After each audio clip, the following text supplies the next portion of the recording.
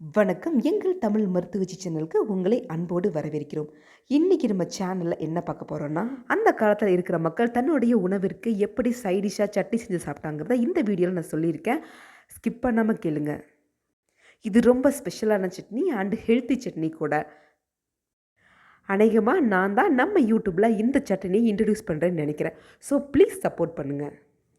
வீடியோவுக்கு போகிறதுக்கு முன்னாடி எங்கள் சேனலில் நிறைய பயனுள்ள தகவல்கள் நிறைய இருக்குங்க. அதை பாருங்கள்.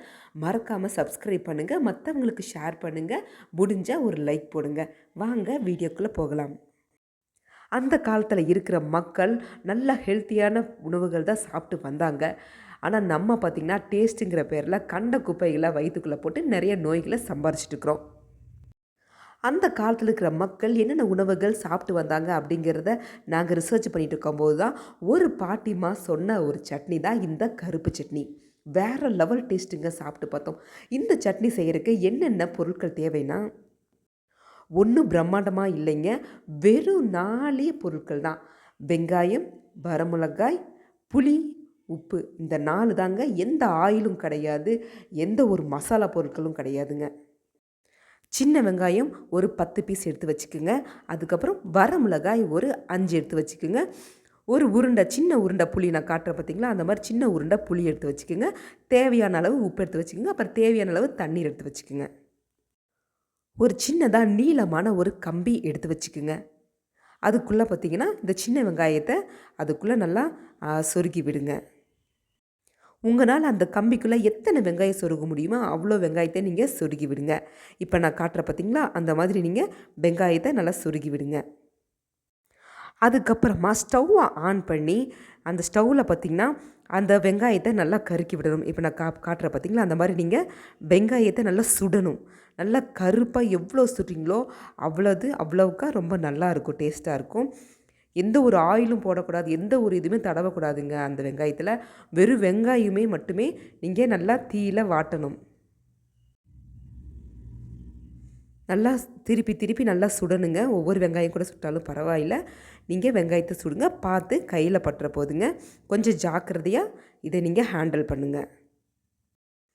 ஒரு 10 நிமிஷமாவது இந்த வெங்காயத்தை நல்லா திருப்பி நல்லா கருப்பாகிற அளவுக்கு நீங்கள் அதை சுட்டுக்கிட்டே இருக்கணும்.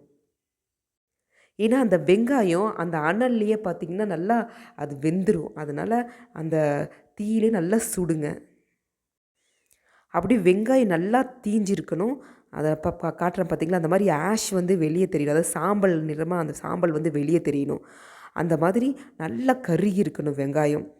ஒரு 5 மினிட்ஸ் கழித்து நீங்கள் அந்த வெங்காயத்தை நீங்கள் தட்டில் உருகி வச்சுருங்க. இந்த வெங்காயத்தை நல்லா கருக்கணுங்க. 1 2 கருக்குனிங்கன்னா அது வெங்காய வாசனை அடிக்கும். அதனால தான் சொல்கிறேன், நல்லா கருகி இருக்கணும். அப்போ தான் அந்த சட்னியோட ஃப்ளேவர் வருங்க. அதனால தான் சொல்கிறேன். அதுக்கப்புறம் நீங்கள் வரமிளகாய் எடுத்துக்கங்க. அதை வந்து நீங்கள் இடுக்கியில் அந்த காம்பில், இப்போ நான் காட்டுறல அந்த மாதிரி காம்பில் வச்சு ஒரே ஒரு சுட்டு இருந்த போது, ஏன்னா அது தீ பொறிக்கும். அதனால் சும்மா லைட்டாக காமிச்சு நீங்கள் கீழே வச்சுருங்க. அதுக்கப்புறம் ஊதி அணைச்சிடுங்க. பார்த்து இது கொஞ்சம் ஃபயர், அதாவது தீங்கிறங்காட்டிக்கு நீங்கள் கொஞ்சம் பார்த்து நீங்கள் பத்திரமாக தான் நீங்கள் செய்யணும். அருகில் பேப்பரோ துணியோ எதுவும் வச்சுக்காதீங்க. கொஞ்சம் நல்லா நீட்டான ஒரு நல்ல இது வரை நீங்கள் கல் இருக்குமில்ல, அந்த கல் மட்டும் இருக்கிற மாதிரி பண்ணுங்கள். கொஞ்சம் சேஃப்டியாகவே பண்ணுங்கள். அதுக்கப்புறம் இது 2யுமே எடுத்து வச்சுக்கோங்க. உங்கள்கிட்ட அம்மி இருந்துச்சுன்னா செம பெஸ்ட்டுங்க. இல்லை அம்மி இல்லை அப்படிங்கிறவங்க நீங்கள் மிக்ஸி ஜார்லேயே போடலாம். மிக்ஸி ஜார் எடுத்துக்கோங்க. நீங்கள் கருக்கி வச்ச வெங்காயம், அந்த வரமிளகாயெல்லாம் உள்ளே போட்டுக்குங்க. அப்புறம் நம்ம எடுத்து வச்ச புளி இருக்கும்ல, அந்த புளி எடுத்து வச்சுக்கோங்க. அப்புறம் கொஞ்சம் கல் உப்பு. நீங்கள் உங்களுக்கு உப்பு எவ்வளோ அளவு உங்களுக்கு தெரியும், அந்த சாப்பிட்ற அளவுக்கு நீங்கள் ஒரு 1/2 டீஸ்பூன் கல் உப்பு போடுங்க. அப்போ தான் நல்லாயிருக்கும். கல் உப்பு போட்டுட்டு நல்லா மிக்சியில் சும்மா நைஸாக அரைங்க. தேவைன்னா கொஞ்சமாக தண்ணி ஊற்றிக்கலாங்க. அதிகமாக தண்ணி ஊற்றாதீங்க, ரொம்ப தண்ணி ஆயிரும் சட்னி. கொஞ்சோண்டு ஊற்றுனா போதுங்க. அரைச்சி முடிச்சுட்டு நீங்கள் அந்த மூடியை ஓப்பன் பண்ணி பார்த்திங்கன்னா, அப்பா ஸ்மெல்லை பார்த்திங்கன்னா வேறு லெவலில் இருக்குங்க. அந்த பாட்டிம்மா எங்களுக்கு அம்மியில் அரைச்சி கொடுத்தாங்க. அப்போ சாப்பிடும்போது எங்களுக்கு நாக்கில் அப்படியே அந்த டேஸ்ட் அப்போ இன்னும் ஒரு அன்றைக்கி ஃபுல்லுமே இருந்துச்சுங்க. மறுநாள் நாங்கள் எங்கள் வீட்டில் வந்து மிக்ஸி ஜாரில் செஞ்சு பார்த்தோம். அம்மியில் அரைச்ச அளவுக்கு இல்லைனாலுமே மிக்ஸியில் கொஞ்சம் நல்லா இருந்துச்சு. அப்போ தான் நாங்கள் நினச்சோம், அந்த கால பொருட்கள் அந்த கால பொருட்கள் தான் அப்படின்னு. அந்த பாட்டிமாட்ட கேட்டோம், இது எதுக்கெல்லாம் சாப்பிடுவீங்கன்னு. அவங்க பார்த்தீங்கன்னா அந்த காலத்தில் ராகி களிக்கு சாப்பிடுவாங்களாமா. அதாவது எந்த ஒரு உணவுப் பொருள் எடுத்தாலுமே இந்த சட்னி இல்லாமல் அவங்க எதுவுமே சாப்பிட மாட்டாங்களாம்மா. இது வந்து ஒரு 10 நாளைக்கு கூட கெட்டு போகாதுன்னு சொல்லியிருக்கிறாங்க. ஏன்னா நல்லா தீயில வாடிட்டாங்கல்ல. அதனால் 10 நாள் அது ஒரு டைம் அரைச்சி வச்சாங்கன்னா 10 நாளைக்கு ஒரு குண்டா நெறச்சி வச்சுக்குவாங்களாம்மா. வச்சுட்டு நம்ம என்ன சாப்பிட்றோமோ அன்னைக்கு இந்த சட்னி வந்து இல்லாமல் இருக்காதுங்களாம்மா. அந்த பாட்டிக்கிட்ட கேட்டோம். "பாட்டி இது சாப்பிட்றதுனால நமக்கு என்ன?" அப்படின்னு கேட்டோம்.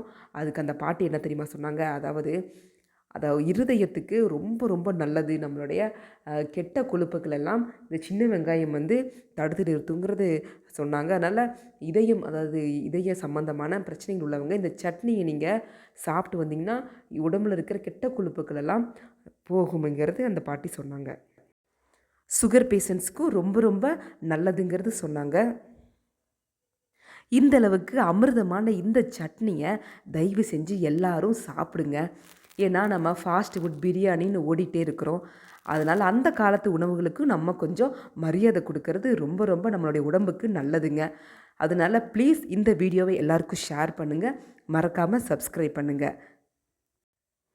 இந்த வீடியோவை பார்த்தமைக்கு ரொம்ப ரொம்ப நன்றி.